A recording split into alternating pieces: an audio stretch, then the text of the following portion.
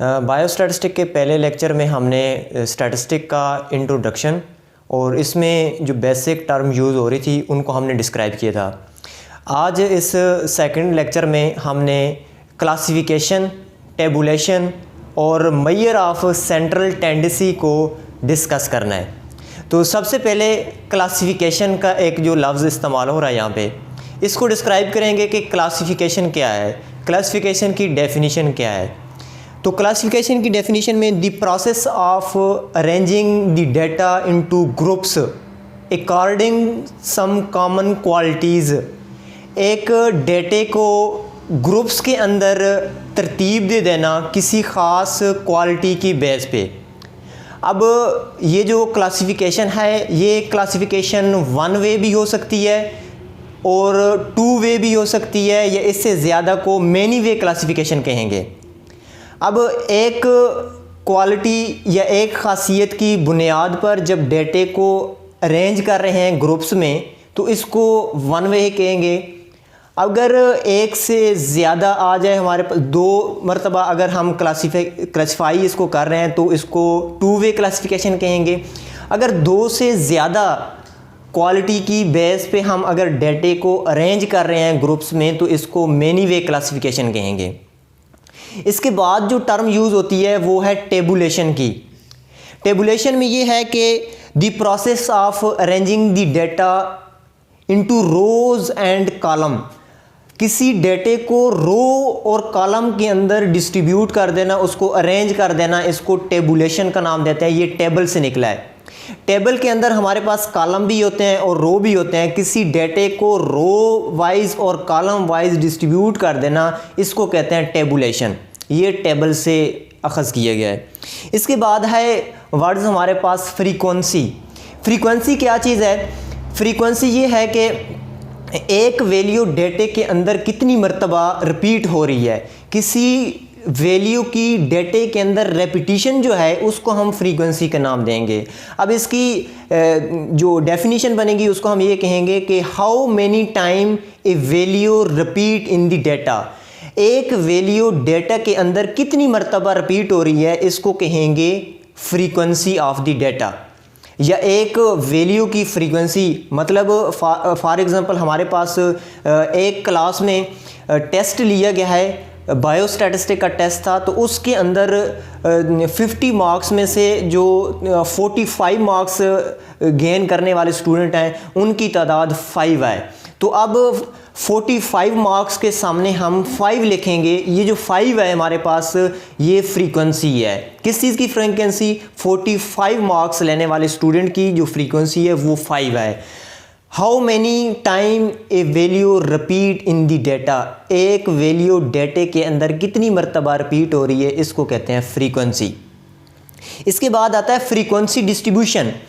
अब जिस डेटे के अंदर फ्रीक्वेंसी गिवन होगी उसको हम फ्रीक्वेंसी डिस्ट्रीब्यूशन कहेंगे कि हर वैल्यू की अपनी करस्पॉन्डिंग फ्रीक्वेंसी गिवन हो। करस्पॉन्डिंग फ्रीक्वेंसी का मतलब ये है कि पहली वैल्यू जो x की हमारे पास अवेलेबल है तो उसकी अपनी फ्रीक्वेंसी गिवन हो, दूसरी वैल्यू की अपनी फ्रीक्वेंसी, हर वैल्यू की फर्दन अपनी वैल्यू उसकी साथ फ्रीक्वेंसी गिवन होगी। तो इस किस्म की डिस्ट्रीब्यूशन, इस किस्म के टेबल को हम फ्रीक्वेंसी डिस्ट्रीब्यूशन कहेंगे। इसके बाद आगे हमारे पास डेटे को डिस्क्राइब करने के लिए कुछ मेथड्स हैं जिसमें हम डेटे को ग्रुप्स की सूरत में रिप्रेजेंट करेंगे, चार्ट की सूरत में रिप्रेजेंट करेंगे या ग्राफ वगैरह की सूरत में रिप्रेजेंट करेंगे। तो उनकी एक टाइप्स में से सबसे पहली हमारे पास टाइप है हिस्टोग्राम। अब हिस्टोग्राम क्या है कि हिस्टोग्राम में आता है कि a figure consist of set of adjusting rectangular obtain by taking class boundary along x axis and frequency along y axis. इसमें हमारे पास हमने एक बनाना है, इसमें शेप बनानी है, एक्स एक्सिस बना लेना है ग्राफ में और दूसरी साइड पे वाई एक्सिस बना लेना है। हमारे पास जो सीधी लाइन होती है इसको हम एक्स एक्सिस कहते हैं, जिसमें 0 से लेकर +1 2 3 अप टू सो ऑन, ये प्लस इन्फिनिटी तक जाता है। और यहाँ पे इस ऊपर हम कॉलम वाइज एक लाइन ड्रा करते हैं जिसमें वाई की वैल्यू होती है, वाई की भी यहाँ पे पॉजिटिव वैल्यू होती है, 0 से लेकर ओरिजिन से लेकर 1 2 3 4 अप टू सो ऑन इस n तक चला जाता है, ये पॉजिटिव वैल्यू होती है। ये y एक्सिस पे हम इसको रिप्रेजेंट करते हैं। तो ऐसी डायग्राम जिस पे हम x एक्सिस पे हम क्लास बाउंड्री को रिप्रेजेंट करेंगे और y एक्सिस पे हम फ्रीक्वेंसी को रिप्रेजेंट करेंगे।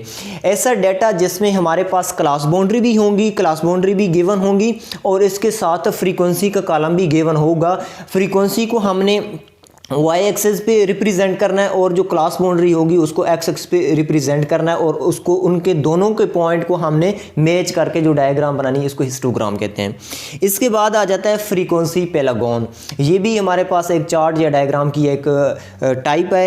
A figure obtained by joining the midpoint of top of rectangle by straight line in a histogram is called frequency pelagon। तो ये हम जो हमारा न्यूमेरिकल पोर्शन आएगा उस न्यूमेरिकल पोर्शन में हम हिस्टोग्राम फ्रीक्वेंसी पेलागोन को रिप्रेजेंट करेंगे कि इसको बनाया कैसे जाता है। और वैसे जो आपके पास हार्ड फॉर्म में या पीडीएफ फॉर्म में जो नोट्स अवेलेबल होंगे उनमें इनकी डेफिनीशन और जो न्यूमेरिकल पोर्शन होगा इनको हम न्यूमेरिकली तौर पे वाइट बोर्ड पे इसको डिस्क्राइब करेंगे कि हिस्टोग्राम फ्रीक्वेंसी पेलागोन को हम एक अगर हमारे पास डेटा गिवन होगा तो उसको हम कैसे हैंडल करेंगे। इसके बाद है फ्रीक्वेंसी कर्व। इस फ्रीक्वेंसी कर्व के a smooth frequency polygon is called frequency curve. अब कमुलेटिव फ्रीक्वेंसी कर्व आ जाती है। कमुलेटिव फ्रीक्वेंसी को CF से डिनोट करते हैं। हमारे पास फ्रीक्वेंसी होगी, जो फ्रीक्वेंसी की हर वैल्यू को जो पहली वैल्यू होगी एज इट इज़ उसको सामने कॉलम में लिखेंगे और हर नेक्स्ट वैल्यू जो उसमें ऐड करते जाएंगे फ्रीक्वेंसी टोटल फ्रीक्वेंसी का कमुलेटिव फ्रीक्वेंसी की एंड वाली वैल्यू से सम के इक्वल आएगा। इसको कहेंगे कमुलेटिव फ्रीक्वेंसी। कमुलेटिव फ्रीक्वेंसी से आगे जो इसका हमारे पास कर्व बनता है इसको कमुलेटिव फ्रीक्वेंसी कर्व या उगेव इसको बोलते हैं। इसके बाद आता है रिलेटिव फ्रीक्वेंसी। रिलेटिव फ्रीक्वेंसी ये है कि जो हमने टोटल फ्रीक्वेंसी का कॉलम होगा उसको हमने सम कर लेना है। ये समीशन f आ जाएगा, मतलब फ्रीक्वेंसी को स्मॉल f से डिनोट करते हैं। तो फ्रीक्वेंसी का जो कॉलम होगा उसको सम करेंगे, जो आंसर आएगा सम का वो हर फ्रीक्वेंसी की वैल्यू के नीचे डिवाइड करते जाएंगे तो हमारे पास जो आंसर आता जाएगा इसको रिलेटिव फ्रीक्वेंसी कहेंगे। इसके बाद आ जाए पाई चार्ट। तो पाई चार्ट ये हमारे पास एक सर्कल नुमा चार्ट होता है जिसमें हमने सर्कल के मुख्तलिफ पार्ट करके उसमें डेटे को डिस्ट्रीब्यूट कर देना होता है। ये पाई चार्ट होता है सर्कल नुमा, पिज़्ज़ा शेप इसकी हम शक्ल बनाते हैं और हमारे पास डेटा होता है। इसको 360 पे हर वैल्यू को डिवाइड करते हैं। 360 पे इसलिए डिवाइड करते हैं कि जो हम सर्कल बनाते हैं सर्कल को पूरा करने के लिए हमारे पास जो एंगल है वो 360 का है, इस वजह से हमने 360 को इस पे इंक्लूड किया। उसके बाद हमने डाटा की टाइप जो पढ़ी थी प्राइमरी डाटा और सेकेंडरी डाटा। इसी तरह हमारे पास डाटा की दो और टाइप है हमारे पास, ग्रुप डाटा और अनग्रुप डाटा। अब ग्रुप डाटे की क्या निशानी है, ग्रुप डाटे को हम कैसे समझेंगे कि ये ग्रुप डाटा है और इसके साथ अनग्रुप डाटा है उसको हम कैसे समझेंगे कि ये अनग्रुप डाटा है। ऐसा डाटा जिसमें फ्रीक्वेंसी का कॉलम गिवन होगा इसको ग्रुप डाटा कहेंगे और ऐसा डाटा जिसमें फ्रीक्वेंसी का कॉलम नहीं गिवन तो उसको हम अनग्रुप डाटा कहेंगे। मतलब जो पहली मरतबा बग़ैर तरतीब के जो हमारे पास इंफॉर्मेशन आती है फर्स्ट टाइम कलेक्टेड डाटा वो हमारे पास आ जाता है अनग्रुप डाटा में। जब अनग्रुप डाटे को हम टेबल फॉर्म में या उसकी फ्रीक्वेंसी डिस्ट्रीब्यूशन बना लेते हैं तो फ्रीक्वेंसी डिस्ट्रीब्यूशन का जो डाटा होता है उसको हम ग्रुप डाटा कहते हैं। इसके बाद हमारे पास क्लास लिमिट आ जाता है। क्लास लिमिट का मतलब ये है कि एक जो ग्रुप है हमारा वो किस वैल्यू से स्टार्ट हो रहा है और किस वैल्यू पे एंड हो रहा है, ये क्लास लिमिट। इसकी जो क्लासेस की जो ग्रुप्स या क्लासेस या ग्रुप्स की जो हदूद होती है उसको हम क्लास लिमिट बोलते हैं। क्लास लिमिट के two value which from a group are called class limit. एक ग्रुप की जो हदूद होगी जो लिमिट्स होगी उसको क्लास लिमिट बोलेंगे। अब क्लास लिमिट में एक जो सबसे पहली वैल्यू होगी ग्रुप की उसको लोअर लिमिट बोलेंगे और जो उसी ग्रुप की आखिरी वैल्यू होगी उसको अपर लिमिट बोलेंगे। उसके बाद आता है क्लास बाउंड्री। क्लास बाउंड्री में ये है कि upper limit of a group is equal to the lower limit of the next group. एक ग्रुप की अपर लिमिट उससे जो नेक्स्ट ग्रुप है उसकी लोअर लिमिट से अगर इक्वल हो जाए तो इसको हम कहेंगे क्लास बाउंड्री। अगर ये इक्वल नहीं है तो फिर ये क्लासेस में या ग्रुप्स में आ जाती हैं, क्लास बाउंड्री में नहीं आ जाती। क्लास बाउंड्री का ये कंसेप्ट है। उसके बाद है क्लास इंटरवल। क्लास इंटरवल का ये मतलब है कि हमारे पास जो डिफरेंस आता है क्लास बाउंड्री का, अपर लिमिट और लोअर लिमिट का हमारे पास जो डिफरेंस आता है उसको हम क्लास इंटरवल को बोलते हैं, और इसको एच से भी डिनोट करते हैं और स्मॉल आर से भी डिनोट करते हैं। इसके बाद आ जाता है class mark or midpoint. Class mark क्या है या मिड पॉइंट क्या है, इसको हम एक्स के साथ डिनोट करते हैं। क्लास बाउंड्री को या क्लासेस हैं या ग्रुप्स हैं उनकी अपर लिमिट और लोअर लिमिट को ऐड करके 2 पे डिवाइड कर देना, ये हमारे पास x की वैल्यू आ जाती है, मतलब क्लास मार्क या मिड पॉइंट की वैल्यू आ जाती है। मिड पॉइंट की डेफिनेशन ये है कि the arithmetic mean of a group या arithmetic mean of a class boundary is called mid point. मिड पॉइंट लोअर लिमिट और अपर लिमिट को ऐड करना है और 2 पे डिवाइड करना है, ये मिड पॉइंट हमारे पास आ जाएगा। इसको क्लास मार्क भी बोलते हैं। इससे आगे चल के हम देखते हैं कि हमारे पास जो टॉपिक है नेक्स्ट वो है एवरेज की रिलेटेड। तो एवरेज में सबसे पहले हम एक टर्म है हमारे पास सेंट्रल टेंडेंसी। सेंट्रल टेंडेंसी ये है कि एवरेज, चूँकि जितनी भी हमने एवरेज हमारे पास एवरेज की जो टाइप हैं वो भी हम डिस्कस करेंगे, वो जितनी भी एवरेज हैं वो ऑलमोस्ट सेंटर में लाई करती हैं। तो एवरेज सेंटर में लाई करती है तो इस वजह से इसको सेंट्रल टेंडेंसी बोलते हैं। एवरेज की डेफिनेशन क्या है कि a value which represent the whole data, ऐसी वैल्यू जो पूरे डाटे को रिप्रेजेंट कर रही है उसको एवरेज बोलते हैं। सेंट्रल टेंडेंसी ऐसी वैल्यू, ये वैल्यू जितनी भी एवरेज हैं ये हमारे पास डाटे के सेंटर में लाई करती हैं, इस वजह से इनको सेंट्रल टेंडेंसी बोलते हैं। इसके बाद है measure of central tendency. Measure of central tendency का मतलब ये है कि जितने भी हमने फार्मूलाज यूज़ करने हैं एवरेज को फाइंड करने के लिए, इनको हम मेजर ऑफ सेंट्रल टेंडेंसी बोलते हैं। A formula which is use to measure the value of average, average की वैल्यू फाइंड करने के लिए जो हम फार्मूला यूज़ करेंगे इसको मेजर ऑफ सेंट्रल टेंडेंसी बोलते हैं। Types of measure of central tendency. अब जो टाइप्स हैं मेजर ऑफ सेंट्रल टेंडेंसी की टाइप्स हमारे पास 5 हैं। सबसे पहले ये है कि मीन। अब मीन क्या चीज़ है इसको भी हम डिस्कस करेंगे। उसके बाद है मीडियन। मीडियन क्या चीज़ है, मॉड क्या चीज़ है, ज्योमेट्रिक मीन क्या चीज़ है और हार्मोनिक मीन क्या चीज़ है। Mean, median, mod, geometric mean and harmonic mean, ये हमारे पास एवरेज है। और अब सबसे पहले जितनी भी ये हमने 5 डिस्कस की है, इसमें अनग्रुप डेटे के लिए अलग फार्मूला होगा इनका और ग्रुप डेटे के लिए हमारे पास अलग फार्मूला होगा। इसका मतलब ये है कि हर टर्म को हमने ग्रुप डेटे के लिए अलग डिस्क्राइब करना है और अनग्रुप डेटे के लिए अलग। अब सबसे पहले आ जाता है हमारे पास मीन। अब मीन क्या चीज़ है? मीन की डेफिनेशन ये है कि sum of all observation divided by total number of observation.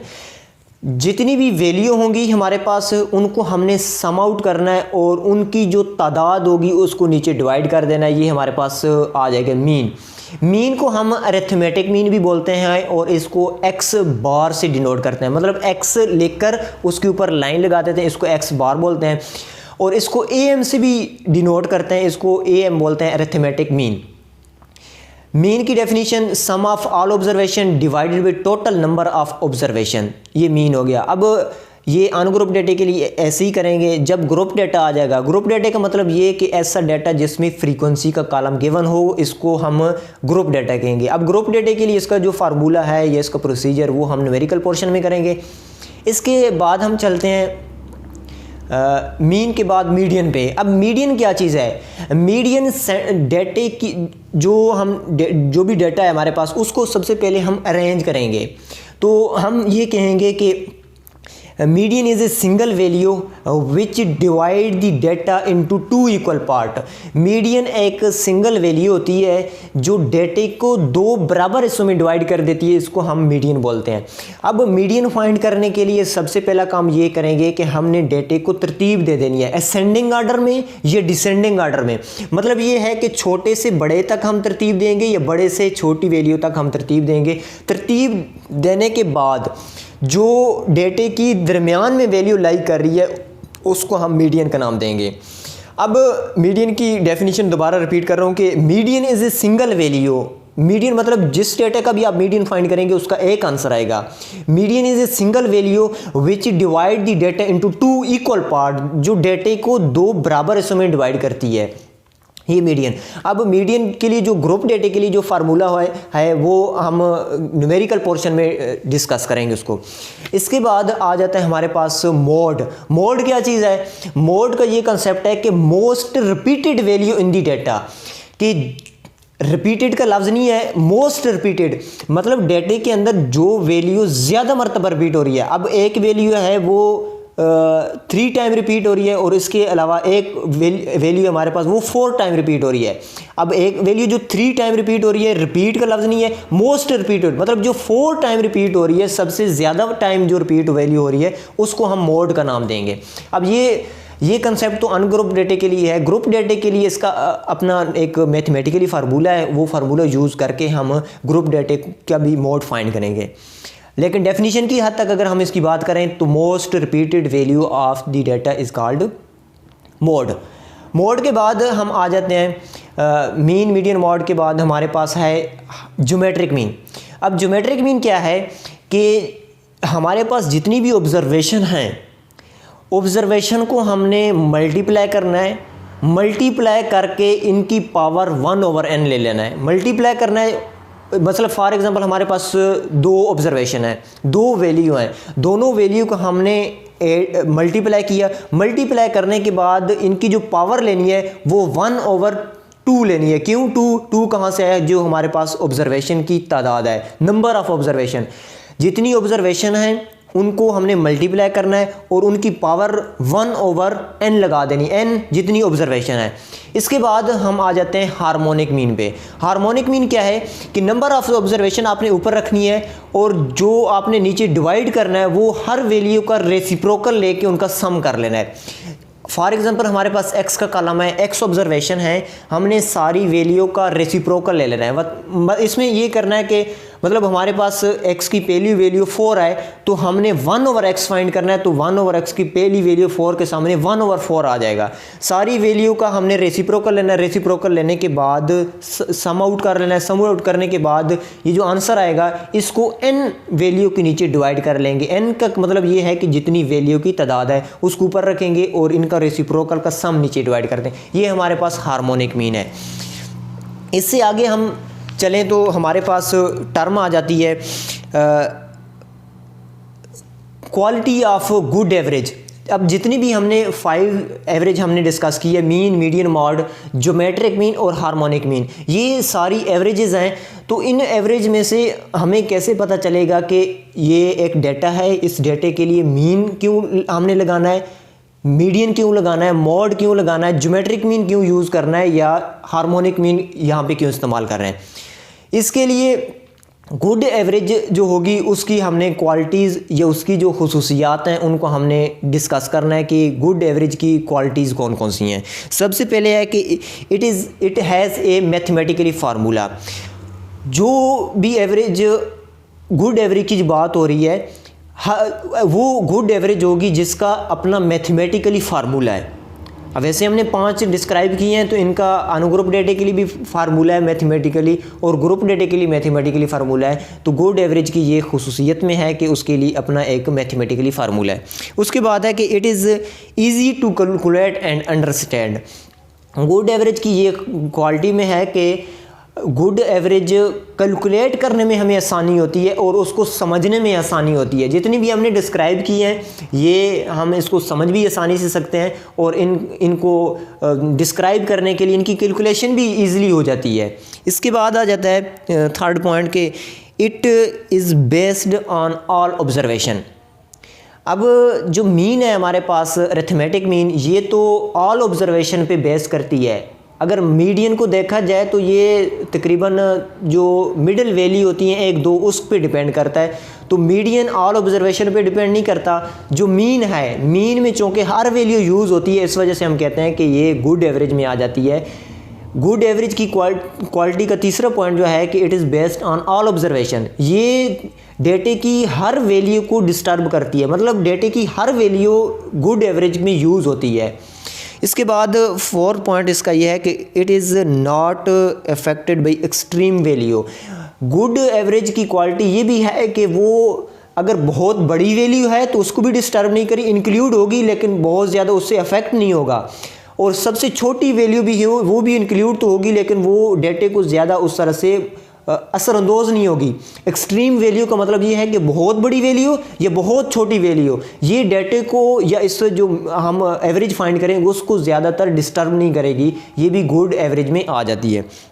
इसके बाद 5 पॉइंट है कि it has a further algebraic calculation. Algebraic calculation का मतलब ये है, अब देखें हम मीडियन जो है वो बग़ैर एल्जेब्रिक फार्मूला लगाए अनग्रुप डेटे से फाइंड कर सकते हैं, लेकिन जब ग्रुप डेटे में आ जाते हैं तो इसमें हमें एल्जेब्रिक कैलकुलेशन करनी पड़ती है। मतलब जिसको हम मैथमेटिकली फार्मूला लगाएंगे तो इसके लिए हमें एल की भी ज़रूरत होगी जिसको लोअर क्लास बाउंड्री कहेंगे, एफ़ की भी ज़रूरत होगी, हमें फ्रीक्वेंसी की।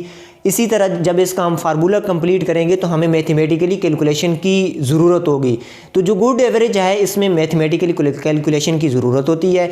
जैसे अब मोड की बात करें, मोड अनग्रुप डेटे के लिए बगैर कैलकुलेशन के हम मोड फाइंड कर सकते हैं, मतलब मोस्ट रिपीटेड वैल्यू को हम सेलेक्ट कर लेते हैं बगैर कैलकुलेशन किए।